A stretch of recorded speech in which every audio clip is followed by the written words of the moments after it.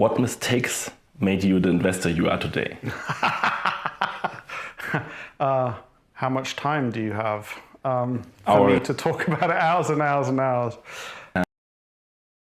Anyway, to help me remember to be modest, I remember the people in the office. It was tied in with a brokerage firm, and they gave me 2 T-shirts, and one of them had winners and the other one had losers on the back, and there were about 10 of each. So, helps us keep humble. The one thing about this business, by the way, if you're in the investment business, to remember, and that is basically you're almost always wrong to some degree. Okay, nobody buys everything at the bottom and sells everything at the top. It just doesn't work that way. So it's a business to stay humble in.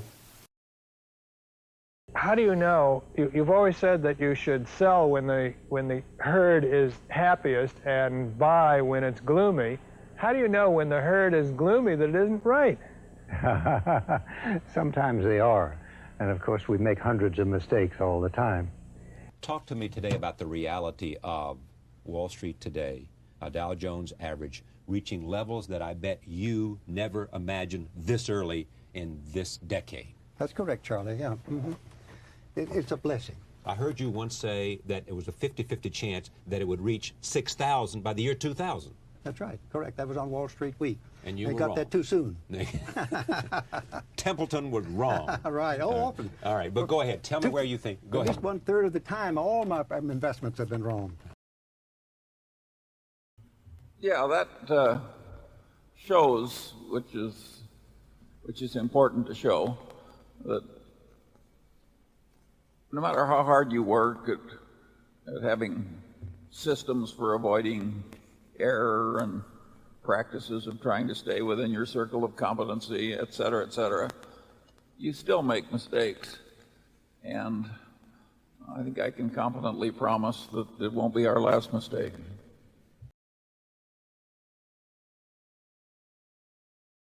Well, the mistakes we made, and we made them, some of them big time, are of 2 kinds. One is when we didn't invest at all in something that we understood that was cheap,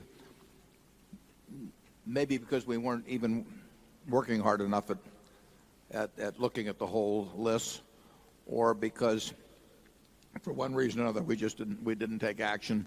And the second was starting in on something that could have been a very large investment and not maximizing it.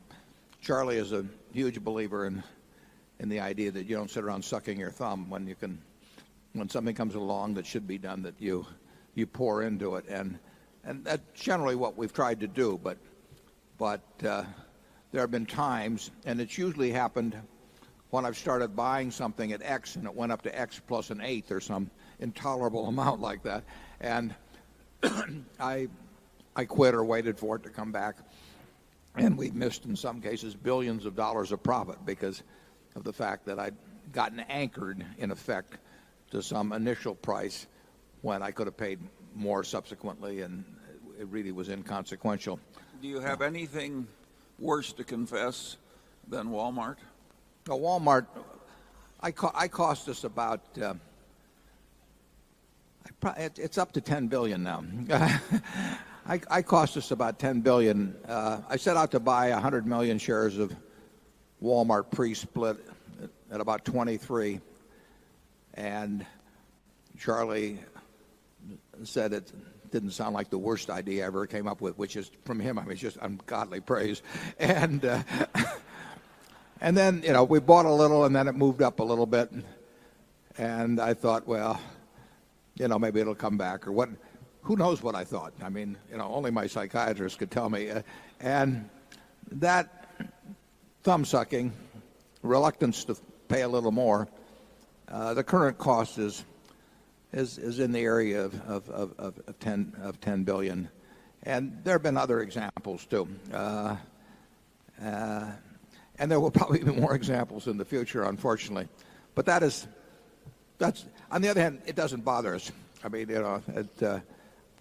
it's maybe instructional to talk about it just a little, and I'm glad to respond to the question. But in the end, we're going to make a lot of mistakes at Berkshire, and we've made them in the past. We'll make them in the future. But those will be the kind of mistakes we make. We probably won't make the kind of mistakes, although we made one with Dexter Shoe, but we probably won't make the kind where they cost us a ton of money. There'll be much more of omission than commission, I think you'll find in the future. But the biggest mistakes we've made by far, I've made, not we've made, biggest mistakes I've made by far are mistakes of omission and not commission. I mean, it's the things I knew enough to do, they were within my circle of competence, and I was sucking my thumb. And that is really, those are the ones that hurt. They don't show up anyplace. I probably cost Berkshire at least $5 billion, for example, by sucking my thumb 20 years ago or close to it when Fannie Mae was having some troubles, and we could have bought the whole company for practically nothing. And I don't worry about that if it's Microsoft, because I don't know it. Because Microsoft isn't in my circle of competence. And so I don't have any reason to think I'm entitled to make money out of Microsoft or out of cocoa beans or whatever. But I did know enough to understand Fannie Mae, and I blew it. And that never shows up under conventional accounting. But I know the cost of it. I know. You know, I passed it up. And those are the big, big mistakes. And I've had plenty of them. And unless I tell you about them in the annual report, and I resist the temptation sometimes, unless I tell you about them in the annual report, you're not going to know it because it doesn't show up under conventional accounting. But omission is way bigger than commission. There's big opportunities in life have to be seized. We don't do very many things, but when we get the chance to do something that's right and big, we've got to do it. And even to do it in a small scale is just as big a mistake almost as not doing it at all. I mean, you've really got to grab them when they come, and because you're not going to get 500 great opportunities. And this is a good point. I'm probably wrong more than I'm right about passing on things. Mm-hmm. But you know, Warren Buffett calls it, you know, no called strikes on Wall Street. Mm-hmm. You know, you could let 100 pitches go by and you should have swung at 30 of them. But if you only pick one and you make sure that's a good one, that's really the way that we go about investing. I just have to, my partner Rob Goldstein and I are very tough on each other. So we both have to like it. We both have to argue our points. And if we both like it, you know, we think it's pretty good. So we're really picking our pitches. Doesn't mean we don't miss a lot of good ones. It doesn't matter if we miss them. It just matters the one we pick are good. At least we are constantly thinking about the past occasions when we blew opportunities. Since those don't hit financial reports, the opportunities you had but didn't accept, most people don't bother thinking about them very much. And at least that is a mistake we don't make. We rub our own noses in our mistakes in blowing opportunities, as we just did. Lessons. Bill Gates once said, success is a poor teacher. Failure is a painful but very real teacher. What setback did you feel you hurt but you learned from it? Well, it reminds me also what Will Rogers said. He said, good judgment comes from experience, and a lot of that comes from bad judgment. I think you do learn from major changes and from error more than probably from success. I think that's well said. I just think this business requires a lot of patience. I mean, I've made mistakes. If you know, you can go back and look at them, and I think all of us have. So I won't claim to be perfect or anything close to it. Actually, it's a key approach to life is to take your mistakes and learn as much as you possibly can from them. And it's actually only through our mistakes that we become who we are. I would say that I wrote about it in my book, the mistake that I made to go and work for somebody that I did not respect and admire. Not only did I not respect and admire him, I think that some of his behaviors exhibited the worst of what the financial markets are. That taught me an awful lot, but it only taught me an awful lot because I was able to find a way to get into a state of mind where I was willing to learn from that. And I think that the worst thing that I see from time to time in people is that they feel like when they've made a mistake, that's it. And mistakes are the most beautiful blessings, or if you see mistakes as the most beautiful blessings, then you will get the opportunity to improve and learn. So that was certainly, I don't think I would have discovered Warren Buffett. I don't think I would have become an investor. I think I may have done many other things, but it was the fact that I was sitting in that office in Wall Street in downtown Manhattan and was just thrown back on myself that gave me the space to start exploring other things. So that certainly was the biggest mistake. Failed to get it right the last time, we'll probably fail to get it right the next time.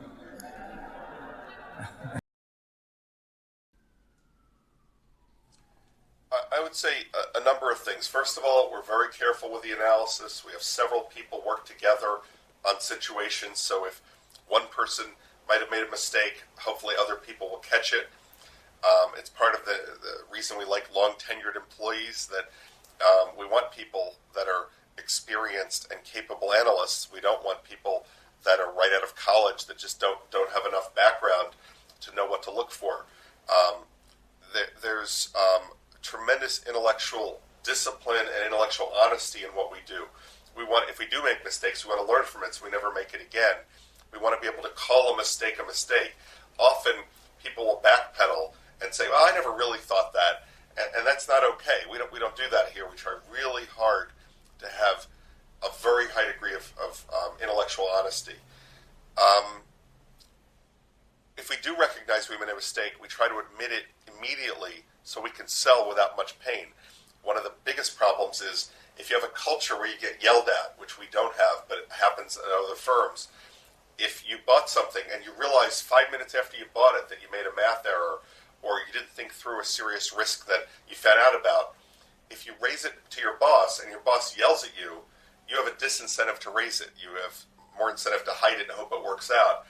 And we never want to have that. So one of the messages I give loud and clear to everyone in the firm is, look, don't view it as not your business if someone else is doing something problematic. If we're buying something and you think it's stupid, I want you to find a way to communicate. I don't want you to do it in a humiliating way to the person that had the idea, but you owe it to the firm, and you owe it to yourself, since you have money invested here and your bonus depends on how the firm does, to raise your concern. What process did you follow to minimize any mistakes? I know mistakes are unavoidable in valuations and security collection, I guess. What steps did you follow to minimize any mistakes? I don't like to lose money, and therefore I try to buy stocks which I think are somewhat protected on the downside, and then the upside sort of takes care of itself. So the main thing, I think, is to look for companies which don't have a lot of debt, and I don't like the idea of people, well, I'll put it this way. I'd like to get their annual reports, and you can see a little bit about, from the proxy statements and the annual report, how much stock the directors own, who owns a fair amount of stock, and also the history of the company. And I thought the idea of buying a company with a large amount of debt, even though it could work out well because of the leverage, I don't like it. So I look for companies that are selling at new lows. Well, when you buy a stock at a new low, it usually has problems. So I don't like debt. Debt gets people in a lot of trouble, as you know, if you read about MBIA and these other companies that have lent money and then find out they're really in trouble. So I like buying companies which are usually a rather simple capital. They don't have a lot of debt. They have management owns a fair amount of stock. They have a history about them too. You look at a company and you see how long has it been in business, and what kind of business are they in. What is the biggest mistake a novice investor? What is my biggest mistake? I kind of forget my mistakes, I must admit. I'd have to think about my biggest mistake. I really offhand don't know. I think you can say, well, the mistakes were different, that you put more money in on a stock that had gone down. We didn't lose money very often, and that's why I kind of wiped it out of my mind. We didn't sometimes buy a lot of stock because I was a little nervous about putting too much money in a stock, so we never put too much money. We had I owned over 100 stocks most of the time, and that way we had a big diversification. I think what I try to do is to avoid the mistake of getting involved with people who were not particularly ethical. I never really focused on my mistakes, or for that matter, on the profits. If I sold a stock and it went up a lot more after I sold it, it was out of my mind. My question is, have you ever made a mistake because of your emotions? Ben Graham obviously talks a lot about controlling emotions when investing. I'm wondering if at any point in the past you've made a mistake because of a poor emotional decision, and if so, maybe you could just share that with us, and if not, maybe you could just explain to us how you control your emotions when investing, and what's the best way for somebody to do that. Well, number one, I try to, and Graham, I think, made the point too, I try not to get emotional about stocks. I don't get emotional. One of the reasons I don't really talk to managements is managements have a way of presenting the facts the way they want you to see them. And I'm not a terribly good judge of people. Warren Buffett really is a remarkable man in that respect. He's very, very good about deciding who is good and who isn't. I like to think that that's why he likes me, but I just think that what you try to do is to keep your emotions out of investing. And you try to look at the thing logically, not the way you want to have it. I think that, for instance, getting electric cars, it'd be a great idea, but they don't seem to have made them in such a way that you don't need gasoline. Someday somebody's going to invent it, and then it's going to be a big hit.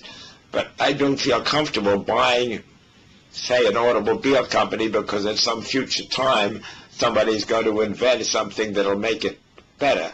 I'd rather buy the things the way they are rather than the way you think they may be at a later date. Definitely. So basically, instead of making speculative decisions, you like to invest in sort of known in sort of companies that are known, that have a proven track record, and sort of that I guess. I think that's true. I think that's true. I try to not be involved emotionally. Now, if you like this video, don't forget to smash the like button and to subscribe to the channel. Thank you very much.